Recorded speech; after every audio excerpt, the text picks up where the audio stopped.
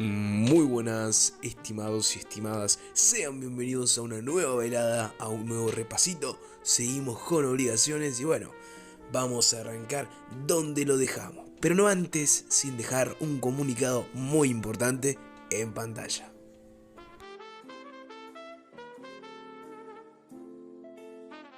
¿Qué tal? Mi nombre es Santiago, te invito a tomar asiento porque en breves ya empezamos. Si no mal recuerdo, este es el capítulo 3 del primer bloque. Por favor, todavía no arrancamos el tercero. Pero ahí vamos a ir intercalando cositas y poquito a poco vamos a llegar.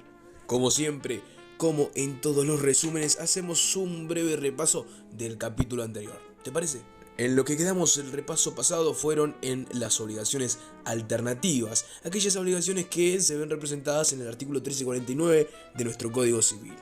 Este tipo de obligaciones son aquellas que le dan la potestad al deudor a elegir con qué pagar. Es decir, dos objetos que son similares, el ejemplo que dimos fue la camioneta Ford y la camioneta Fiat, el deudor tiene la capacidad, tiene la potestad de elegir qué camioneta proveerle al acreedor. Por lo tanto, concluimos que el sujeto obligado tiene el derecho potestativo a elegir con qué pagar, y el otro sujeto tiene el derecho a que éste le cumpla. Y muy bien, ahora continuamos con la posterior clase, la posterior transcripción, y se las presento a ustedes. Muy bien, comenzamos otra vez con el titular. Sí, a lo mejor es repetitivo, pero es muy importante que nos quede claro. Relación obligacional. La relación jurídica por la cual el acreedor tiene el derecho a exigir al deudor una determinada prestación susceptible de apreciación económica con la finalidad de satisfacer. Es decir, esta es la definición de la relación obligacional. Ahora vamos al subtítulo: Relaciones obligacionales recíprocas. La ley 17.250, también conocida como Ley de Defensa del Consumidor, en esta misma está impreso el principio de buena fe, el principio que tiene que existir entre el proveedor y el consumidor. Bueno, ¿a qué queremos llegar con esto? No solo el Código Civil relaciona o regula, mejor dicho, las relaciones que existen entre individuos, sino que normas como esta, de forma subyacente, poco a poco buscan perfeccionar nuestro sistema.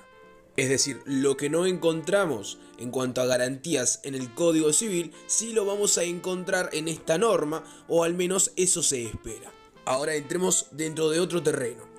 Derechos y obligaciones accesorios. Bueno, la obligación de actuar de buena fe, establecida en el 1291 del Código Civil y también en la ley 17.250, el artículo 1481 en el Código Civil, que establece el derecho del deudor, que de forma expresa dice que cuando el acreedor rehúsa recibir la suma debida, puede el deudor hacer oblación de la deuda, y caso de negarse el acreedor a recibirla, consigna la suma oblada u ofrecida.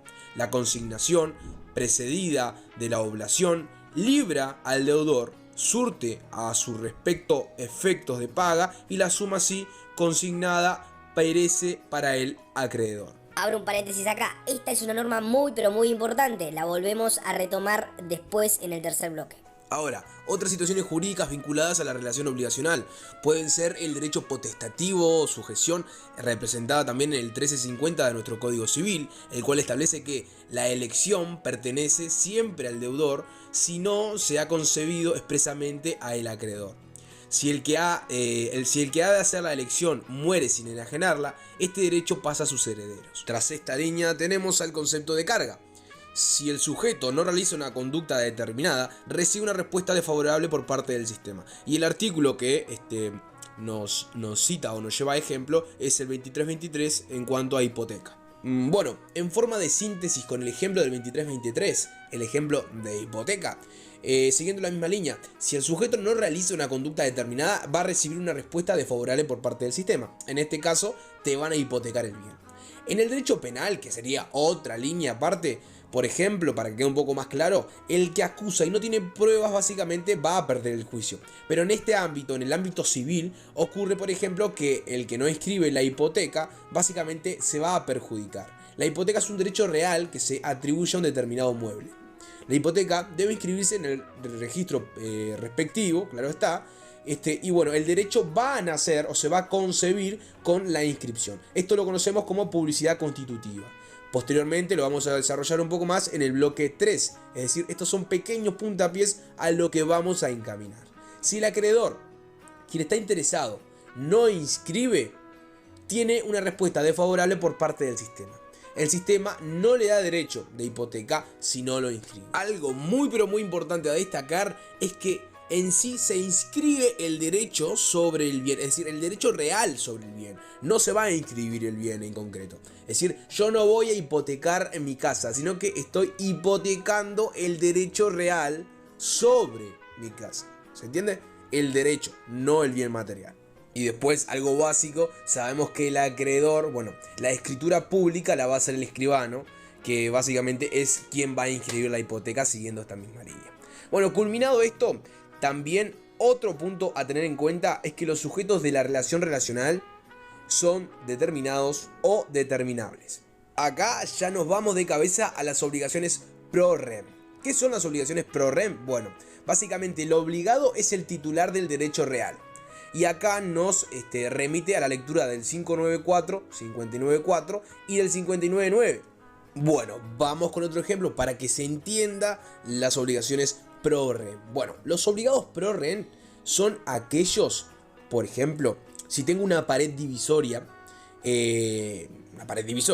ambos linderos, es decir, quienes están en cada lado, de un lado y del otro, están obligados a la reparación o contribución de la pared divisoria o medianera. Ambos, los titulares de ambos previos colindantes, se van a ver obligados. Es decir, el derecho real, este derecho pro rem, es ambulatorio.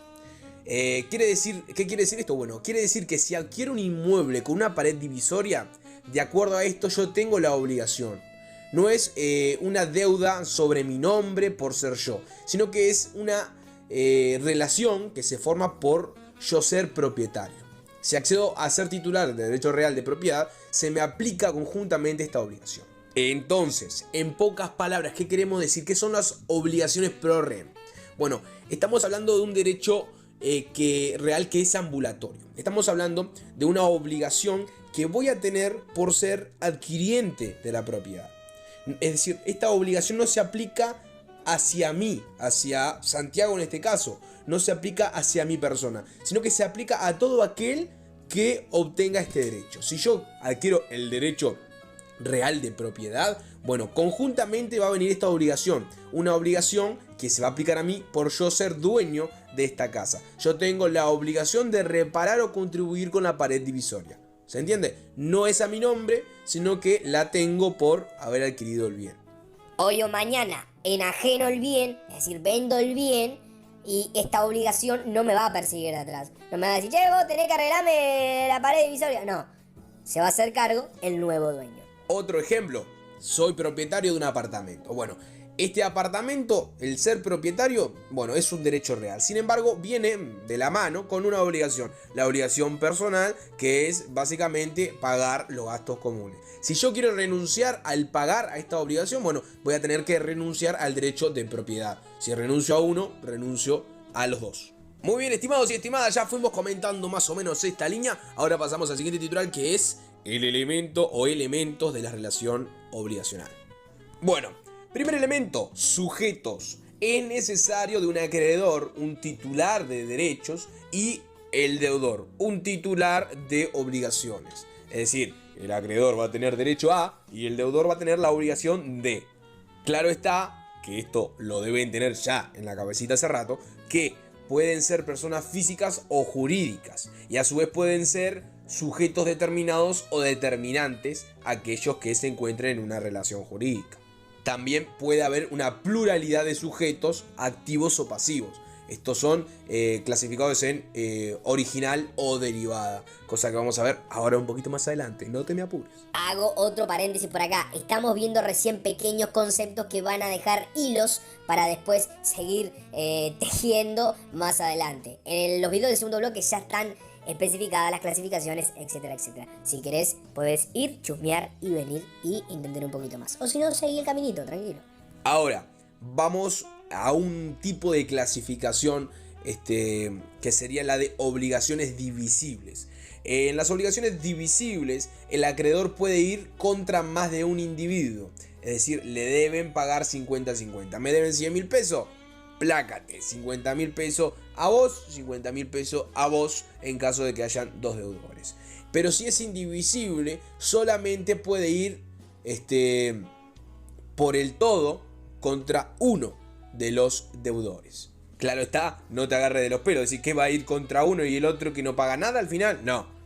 A su vez, por el otro lado, si uno paga lo de todos, bueno, posteriormente es posible reclamar al que no pagó, básicamente, que bueno, le pague a él. Son cosas de la relación interna, por decirlo así, que también vamos a desarrollar poquito a poco. Cosa que debemos tener presente: en la obligación que vincula a dos sujetos o más sujetos, el acreedor es el sujeto que se encuentra, es el sujeto activo. Tiene derecho a exigir al deudor un determinado comportamiento, y el deudor es el sujeto pasivo, que es el que está obligado a realizar un comportamiento para satisfacer los intereses del acreedor.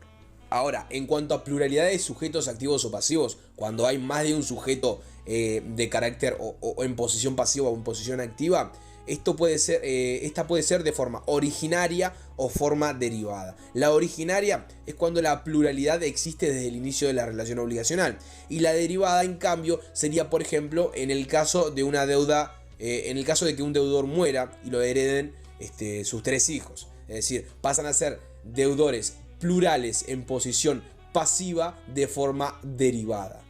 Bien, ya comentamos el primer elemento de la relación obligacional, que eran los sujetos. Ahora vamos al segundo, que es el objeto.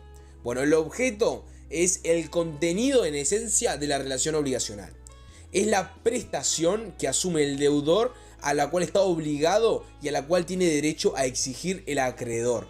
Es decir, el acreedor tiene derecho a exigir la prestación. Ahora sí, se me lengua la traba. Ahora, existen tres teóricos: los materialistas, o la concepción materialista, la concepción tradicional, y la concepción patrimonialista en cuanto al objeto como elemento de la relación obligacional.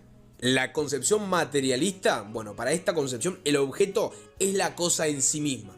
Es decir, estamos hablando de una camioneta, el objeto es la camioneta, ¿ok?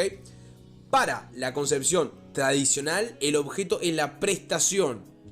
Y para la concepción patrimonialista, el objeto es la utilidad derivada de la prestación. Es decir, el uso, la utilidad que se deriva de esta prestación. Y me vas a decir: Sí, porque me dijiste lo que era para vos el objeto, Mauro, pero que no me dijiste lo que era prestación. Bueno, déjame de a poquito. La prestación es la conducta, según lo estableció en el 1247 de nuestro Código Civil, que básicamente es la definición de contrato. Ese artículo dice la definición de contrato. Y el 1333 del Código Civil básicamente define la obligación de dar. Es decir, la prestación es la conducta, es lo que surge de todo este contrato. Es el por qué. ¿Qué estamos haciendo esto? ¿Por qué? ¿Qué vamos a obtener? ¿Qué vamos a hacer? Es decir, para unos, en la materialista, el objeto es la camioneta. Bueno, para estos, básicamente es la prestación. ¿Qué es lo que sucede con esa camioneta? No la camioneta en sí. Te remito a la lectura del 1247 y del 1373. Pero como sé que no lo vas a ir a leer, porque si no, no estaría acá, te lo voy a leer yo. Porque viste que yo soy así.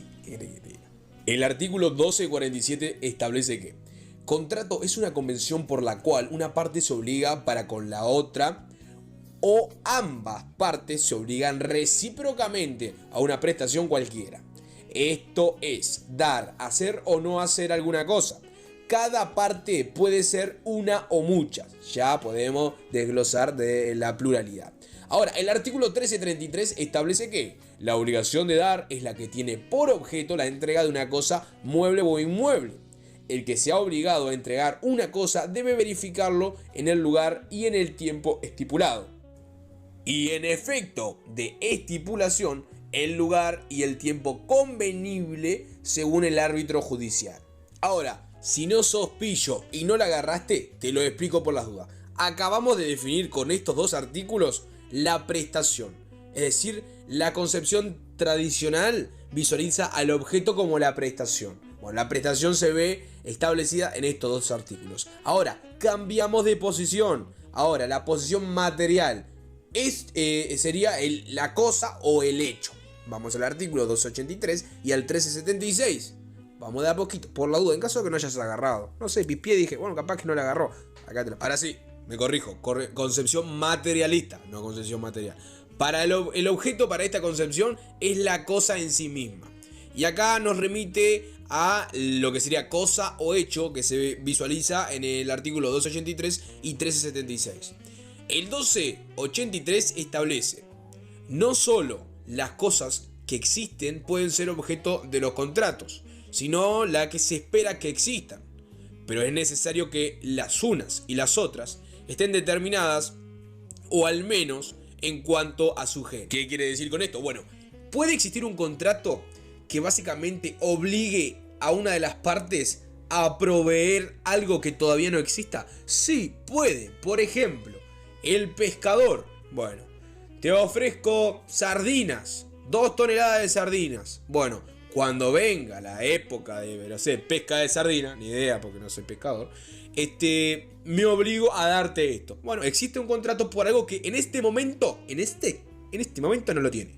Lo va a tener posteriormente y posteriormente se lo va a poder entregar. Estamos hablando que esto es algo genérico, ¿no? Porque tampoco es que va a entregar una sardina con 3 ojos o con 4 manchas. No, hablamos de un conjunto, una aglomeración de sardinas, que sean sardinas en 100 especies. Y bueno, ahí estamos hablando en cuanto a algo, al menos a su género, que es lo que define este 283. Digo un ejemplo para que te quede un poco. Ahora, si seguimos con la lectura de este 283, dice: la cantidad puede ser incierta con tal de que el contrato fije reglas o contenga datos que sirvan para determinarla. Los hechos han de ser posibles, determinados, y en su cumplimiento han de tener interés los contrayentes. Bueno, básicamente más de lo mismo que configura este artículo. El 1376 establece que, aunque la cosa o hecho, objeto de la obligación, sea divisible por su naturaleza, vendrá a ser indivisible, indivisible la obligación si la relación bajo que los contrayentes han considerado dicho objeto impide que éste, y por consiguiente la obligación, admita ni división ni ejecución parcial. ¿Qué quiere decir esto? Bueno, te vendo objetos que son divisibles. O sea, te puedo vender un objeto que es divisible, como por ejemplo, ya no sería vender, pero sería dar. Te puedo dar dinero, un monto de dinero. Sabemos que el dinero es algo divisible, es decir, podemos particionarlo en la parte que queramos. Si tenemos 10.000 pesos, lo vamos a particionar en 3, en 4, en 5. Bueno, un objeto que es divisible, por naturaleza, lo podemos hacer indivisible.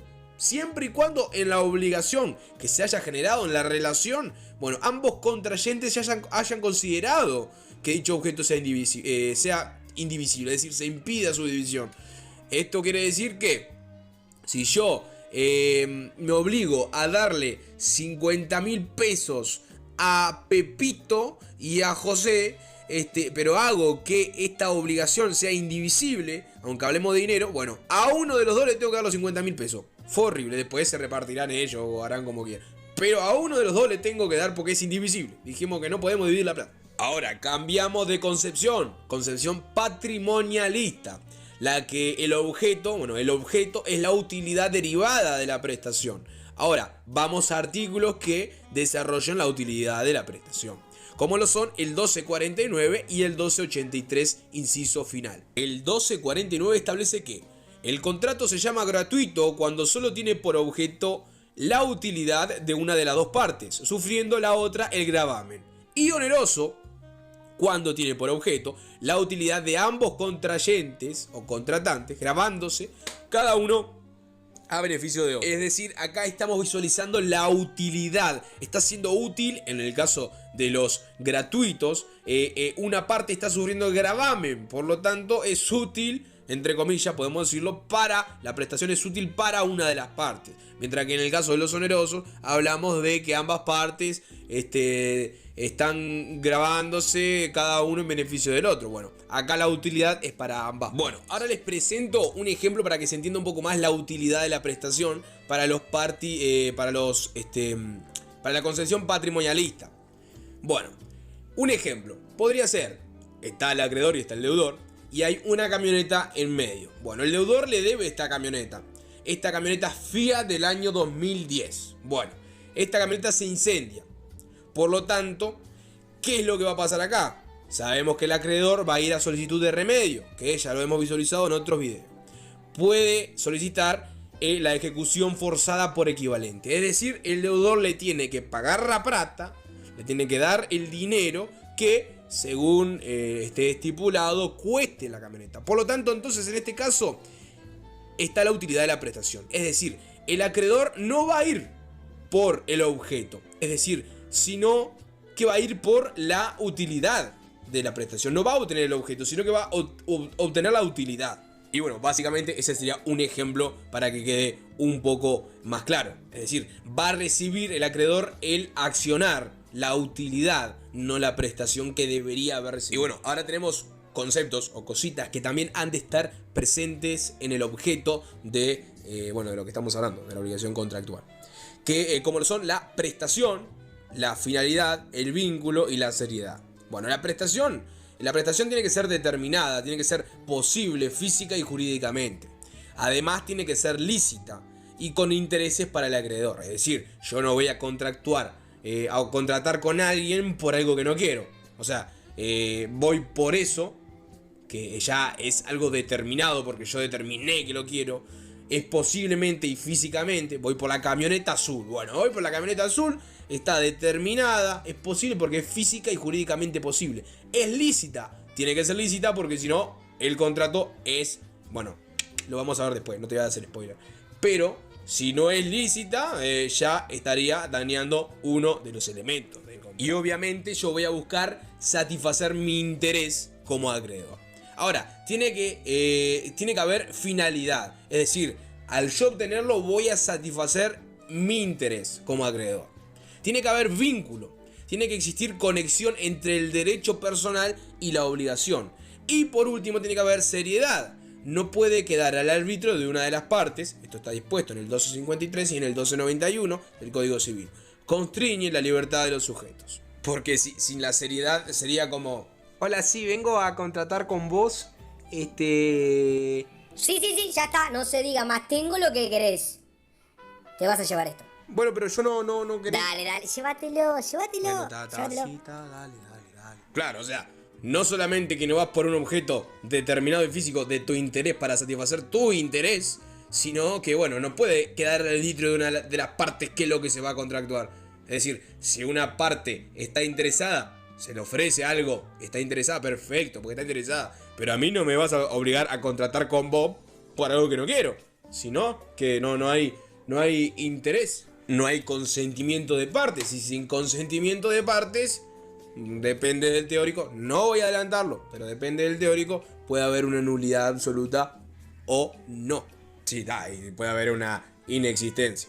Pero estos son temas que se van a ir generando, porque sí se van a generar preguntas de algo que todavía no hemos comentado, pero realmente sí lo comentamos porque está en otro video. Pero nada, vos seguí mi hilo. Te remito a la lectura del 1253. También lo voy a leer yo, igual no te preocupes. La validez y el cumplimiento de los contratos no puede dejarse al arbitrio de uno de los contrayentes. Y ahora te remito a la lectura del 1291, el cual establece que los contratos legalmente celebrados forman una regla a la cual deben someterse las partes como la ley misma. Todos deben ejecutarse de buena fe y por consiguiente obligan no solo a los que en ellos se expresa, sino a todas las consecuencias que según su naturaleza sean conformes a la equidad y al uso de la ley. Y acá hablamos de si fallece una de las partes, bueno, pasa a ser hereditario o no pasa a ser hereditario. Bueno, ahí está todo esto. Un elemento muy importante que también tiene que estar, la temporalidad. El deudor no puede obligarse a la perpetuidad. Esto es muy importante, no puede haber un contrato en el que yo me obligue a hacer, a trabajar en el supermercado de perpetua. O sea, no puedo morir y desde que estoy trabajando hasta que me morí, trabajar en el super si no es mi interés. ¿Me explico? No puede haber un contrato que sea perpetuo. Es decir, de igual manera que el acreedor, si yo tengo el dinero y quiero pagar, debe aceptar el dinero, ¿se ve obligado? Bueno, de igual manera yo no me puedo obligarme a perpetuidad en cuanto a un contrato. Esto lo vamos a visualizar en el artículo 1836 y 1892, inciso 1 del Código Civil. Entonces, en síntesis, la obligación tiene que estar limitada en el tiempo. Si fuese un contrato de cumplimiento continuo o continuado, de igual manera tiene que estar limitado en el tiempo. El contrato por servicio, por ejemplo, yo soy un abogado de forma continua en el tiempo, 5 años para una empresa, pero tiene que estar limitado esos 5 años.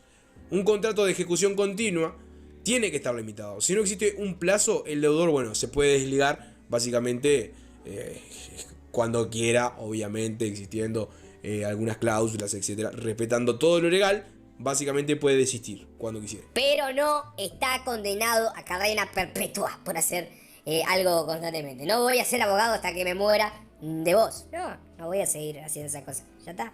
Ya dejé eso. Dejé esa toxicidad. Entonces, en síntesis, otra vez, para que quede más claro, los socios siempre pueden renunciar a una sociedad. No puede existir una cláusula que diga lo contrario. No puede haber una cláusula que diga esto es para siempre. Ahora, retomamos algo que ya habíamos comentado. Los derechos reales se ven establecidos en el 47.2. Ya sabemos que el derecho real es el que se tiene frente a todas las personas o frente a una sola en el caso concreto, por ejemplo en un contrato. Todas las personas tienen el deber de respetar el derecho real.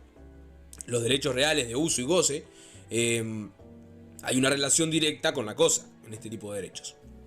Se tiene derecho a la persecución de un bien hipotecado, por ejemplo. Es decir, a ver, cuando el deudor ingresa al concurso, bueno, ¿qué es el concurso antes que nada? Bueno, el concurso sería cuando una empresa tiene tantas deudas que no puede pagar. Bueno, se presenta ante un juzgado, ante el juzgado de concurso y bueno, va a ser entrar en concurso. Ahora sí. Cuando el deudor ingresa en el concurso, es decir, tiene tantas deudas que no las puede pagar, puede solicitar el concurso. Hace una propuesta a los acreedores y formula una forma de pago. Es decir, se juntan todos aquellos a los que les debo y bueno, hacemos una propuesta ahí. ¿Para qué? Para no dar quiebre y para no cerrar la empresa. Es decir, básicamente mantengo la empresa para que ellos posteriormente puedan cobrar. Sigo generando poco a poco y bueno, ellos se van a cobrar lo que le debo en un lapso de tiempo. Si los acreedores aceptan, bueno, se hace esto, se formula esta forma de pago y si no, bueno, se da quiebra y ya fue. Algo muy importante, si se declara el concurso, nadie puede ejecutar al deudor en juicio. O sea, el que embarga primero es el primero en derecho. Esto es una frase que se les tiene que quedar grabada en la cabeza. Pero un detalle pequeñamente importante. Los derechos reales de garantías quedan fuera del concurso. Es decir, ellos pueden cobrar lo de ellos, en primer lugar. Por ejemplo, la hipoteca o la prenda. Yo tengo la empresa que estoy a punto de fundir y tengo 15 autos y 5 de ellos están hipotecados y también existe una prenda por ahí. Bueno, cuando se habilita el concurso, se empieza a revisar qué es lo que los bienes de la empresa. Van a decir, pará. Aquellos a los que le tenía una hipoteca. No, pará. Yo tengo un derecho real antes que nada. O sea, estos 5 autos más la prenda que ya tenía arreglado son míos. Ahora sí, los saqué. Toqueteen todo lo que quiera en los bienes que hayan quedado. Y bueno, unas características ahí, te las tiro. Pim, pam, pum, pim, pam. Tenés. El derecho real es absoluto, es oponible erga omnes, es inmediato, o sea, ahí está la relación directa con la cosa. Es inherente, porque hay derecho de persecución, y es preferente. Priori intempore, priori injure. Así, mirá qué lindo latín. O sea, el que tenga, la frase que te dije hoy, el que embarga primero es el primero en derecho. Y bueno, estimados y estimadas, con esta frase milenaria, me despido. Te dejo un beso enorme, espero hayas disfrutado de mi compañía, déjame tu like, suscríbete, compartí. Estos repasitos así, sin estructura formal, hablando acá de tú a tú, con toda confianza, querido, querida. Nada, un saludo, como te digo, espero que hayas disfrutado de mi compañía y nos estamos viendo en la próxima. Hay mucho más, vamos por la página 30 y son 203 páginas, me va a dar un infarto.